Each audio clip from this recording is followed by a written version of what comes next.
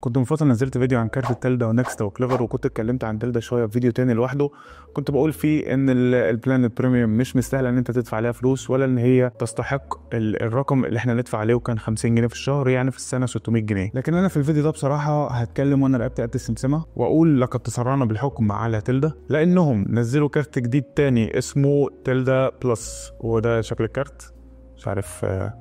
يا جماعه ما حدش يستخدم الكروت دي، لان الكروت دي مش شغاله. يعني انت لو حاولت يعني تشغل دماغك وان انت تشغلها، لان جالي كذا رساله من بعد ما نزلت الفيديو الاولاني بيقولوا ان انا ان في واحد بيشتري بالكارت، مش الكارت مش هيشتغل. وده لو فاكرين، ده مش عارف تشوفوه ولا لا، ده لو فاكرين كان الكارت البريميوم، وده الكارت الشفاف اللي هو في البريميوم، لكن هو هيبقى برضو موجود في البلس اللي هي الخطة الجديدة بتاعتهم. فخلينا النهارده نتكلم عن كارت تلدا بلس، ونشوف مميزاته ونشوف عيوبه ومقارنته بتلدا بريميوم، وفي اخر الفيديو هقول لكم تستاهل ولا لا، وبرضو نشوف هل هو فعلا يستحق الرقم ده ولا لا. وده هيبقى عنوان فيديو النهارده، هو تلدا بلس وعيوبها ومميزاتها.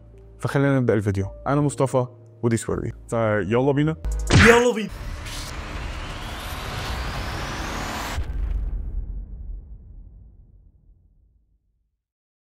بس قبل ما نبدا، مفيش حد براس بطاطسه يجي يقول لي ان انت عامل اعلان لتلدا.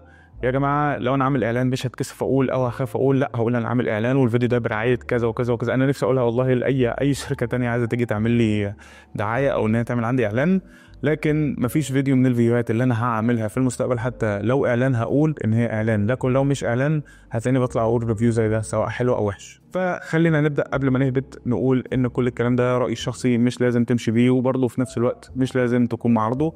ده رايي الشخصي. لو انا كنت واحد او كلاينت عادي كنت شفت انا هعمل ايه برايي الشخصي، لكن انت ليك برضه رايك الشخصي، ممكن تبقى مناسبه معاك لحالات غير حالتي. فاول حاجه، الخطه ب 29 جنيه، يعني حوالي 30 جنيه في الشهر، يعني في اخر السنه 360 جنيه بتتخصم من المحفظه كل شهر. يعني محفظتك اللي في تلدا زي البريميوم عادي خالص، بتتخصم من محفظتك كل شهر ال 30 جنيه دول. ده في مقارنه النظير بتاعها او البلان الثانيه اللي اسمها البريميوم، ودي بتبقى 600 جنيه في السنه. مبدئيا كده قبل ما تشترك فيها لازم برضه تكون عارف ان الكارت احتمال اول مره يبقى عليك اللي هو ب 100 جنيه لو انت ما اشتركتش قبل كده في اي حاجه تبع بريميوم او البلس تبع تلدا.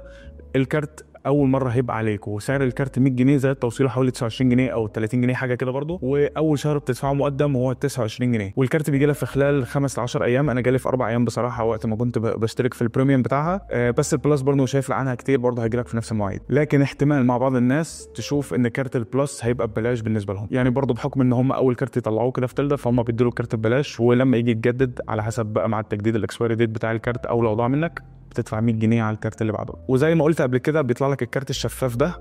اظن الكارت الشفاف احلى من الكارت الملون. برضه الكارت الشفاف برضه اشيك شويه، بس برضه في ممكن ناس تبقى ضدي في الموضوع ده، بس انا حابب الكارت الشفاف بصراحه اكتر من الكارت الملون. هو الكارت الملون بس ميزته ان انت ممكن تقعد ترسم عليه، ممكن تحط لوجوهات زي هنا مثلا. هنا ممكن تقعد ترسم اللوجوهات بتاعتك وتحطها، مش عارف انتوا شايفينه ولا لا. لكن لو انت يعني دماغك فاضيه ومش عايز الكلام ده كله، قصدي دماغك مش فاضيه ومش عايز الكلام ده كله، فانت ممكن تجيب الشفاف والدنيا تتعامل عادي ومفيش اي حاجه هتحصل. طيب مميزات الكارت ده ايه؟ اولا اللي هو السحب المجاني من كل ماكينات بنك القاهره، بنك دوكير او بنك القاهره اللي احنا بنشوفه كتير، اللي هو اللون البرتقاني ده. كل السحب منه طول فتره المده بتاعتك في البلس طول الشهر ببلاش، تسحب زي ما انت عايز وقت ما انت عايز ببلاش، مفيش ليميت معين، مفيش مثلا عدد سحبات معين وبعد كده يقول لك هحاسبك، او ليك مثلا مرتين او 3 مرات سحبات مجانيه في الشهر. لا بالعكس، انت ليك طول الشهر ان انت تسحب وقت ما انت عايز. لكن لو هتروح تسحب من اي تي ام تانية، على عكس البريميوم اللي كان بيتيح لك من مرتين ل3 مرات تقريبا ان انت تسحب ببلاش، لا لو رحت سحبت من مكنه تانية هياخد منك 5 جنيه على التحويله، يعني مثلا او على السحبه. يعني انت مثلا لو رحت بنك الاهلي لقيت مكنه البنك الاهلي قدامك ورحت سحبت من كارت التلدا بلس بتاعك، هتلاقيه سحب منك 5 جنيه. لو انت رحت تسحب 100 جنيه هتلاقيه هو سحب منك 105. تاني نقطه وهي الكاش باك بتاعك، او النقط اللي انت بتاخدها وقت ما بتصرف في العادي او في الستاندرد بلان. لما انت تيجي تستخدم كارت تلدا، انك تدفع مثلا بالكارت في مكان، او ان انت تشتري بيه من اونلاين مثلا من اي مكان، على كل جنيه انت بتصرفه بتاخد 3 نقط قصادهم. يعني انت لو على الخطه المجانيه ورحت صرفت 1000 جنيه دفعتهم بالفيزا او دفعتهم اونلاين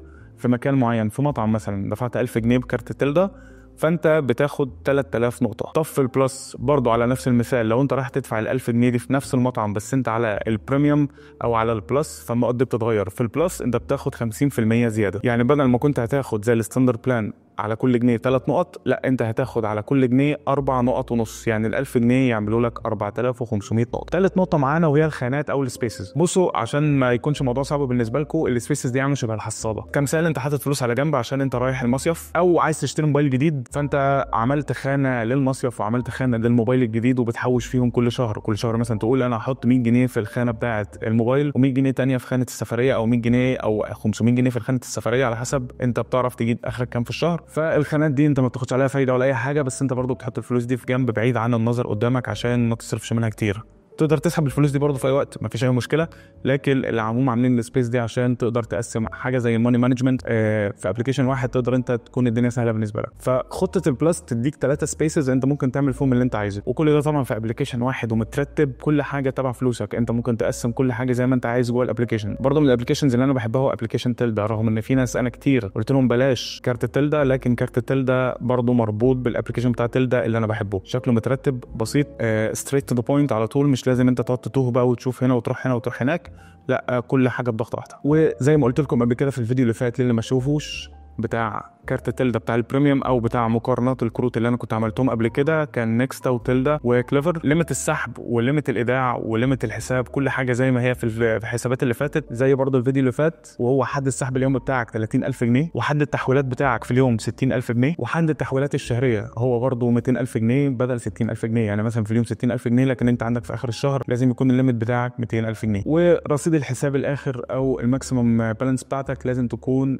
اقل من مليون جنيه او مليون جنيه، ما تقدرش تعدي المليون جنيه. طيب السؤال المهم بقى، هل برضه تفتح كارت تلدا ولا لا، وتشترك في البلس ولا لا؟ زي ما قلت لك قبل كده، لو انت عندك حساب في البنك والدنيا معاك تمام، مش محتاج فيز ثانيه ومش محتاج توجع دماغك بقى في كارت ده وكارت ده هناك وباسورد ده كام وباسورد ده فين ده هناك، فالموضوع ده برضه بيبقى اسهل عليك ان انت تنفض الموضوع خالص ويبقى مكتفي بحساب البنك بتاعك بس. انما لو انت راجل بتشتغل، فانت عايز مثلا لو انت مثلا فريلانسر، جرافيك ديزاينر او فيديو اديتور، وانت عندك انستا باي وعندك فودافون كاش، وعايز تضيف خدمه دفع ثالثه للعميل بتاعك عشان يبقى الموضوع اسهل معاه، فانت ممكن تقول له انا برضه بستلم تلدا. وفي ناس كتير جدا انا شفتها واشتغلت معاها بتستلم فلوس على تلدا، هم فريلانسرز وبرضه ما كانش عندهم حسابات بنك، فكان تلدا بالنسبه لهم هو اول حاجه، هو فودافون كاش. فلو انت من الناس دي وعايز تزود خدمه الدفع الزياده دي، فالكارت هينفعك جامد. قلتها قبل كده وهقولها، كل ده هو رايي الشخصي، مش لازم تمشي بيه ومش لازم برضه تبقى ضده، احنا بناخد وندي مع بعض. ممكن انت يبقى كارت مفيد بالنسبه لك، ممكن ما يكونش مفيد بالنسبه لي، لكن احنا الاثنين في الاول في الاخر ارائنا الشخصيه، مش لازم اجي اقول لك انت رايك غلط ولا رايي غلط. وتاني تاني تاني تاني تاني،